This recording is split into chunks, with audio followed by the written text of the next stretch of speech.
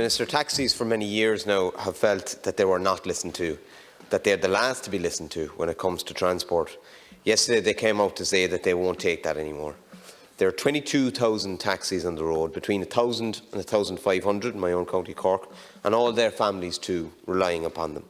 At the minute they're facing enormous uncertainty and potentially very significant hardship. It is a really worrying time to be in this industry. What they're demanding is not unreasonable. First of all, respect and recognition. They play a crucial role. They have work which is often challenging, and taxi drivers have faced abuse and ill treatment in the past.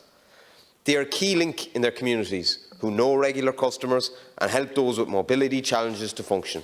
That's true in urban areas as well as rural, and we all know the taxi drivers doing the run for prescriptions and helping customers with messages and things like that. They know their customers.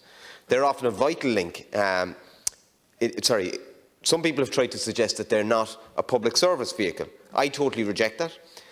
Small public service vehicle, that is what is on the licence. Indeed, very often they are a key enabler to other forms of public transport.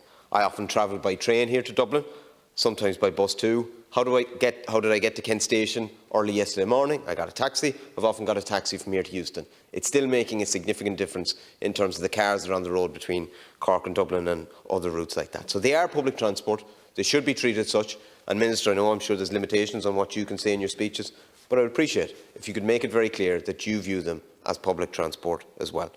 There needs to be real engagement. The Taxi Advisory Council or Committee is not fit for purpose. It needs to be reformed. That is clear. I raised that with the previous Minister. There was no progress at that stage. I hope under this regime there will be progress.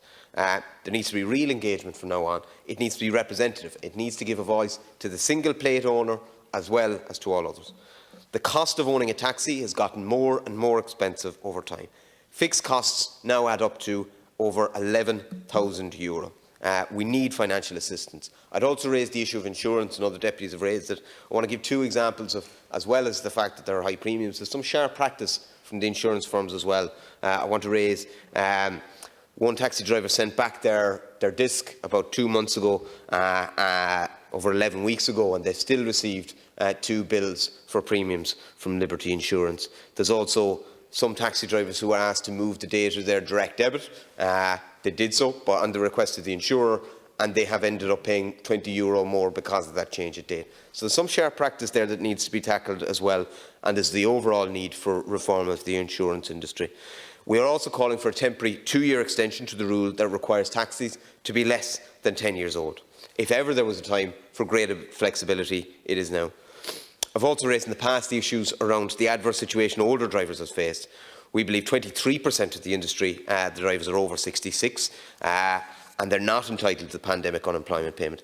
And there's also a proportion over 70. And I suppose some of these were forced back to work early due to the lack of state support, and that is the situation they would rather not have been in. So that needs to be addressed. Minister, taxi drivers need respect. I hope you can address that, but they also need more than that. They need support. We welcome the fact that the Taoiseach yesterday acknowledged that some of the schemes are not fit for purpose for taxi drivers. Now we need to see action on that, as well as the regulatory issues. Thank you, Deputy Denise.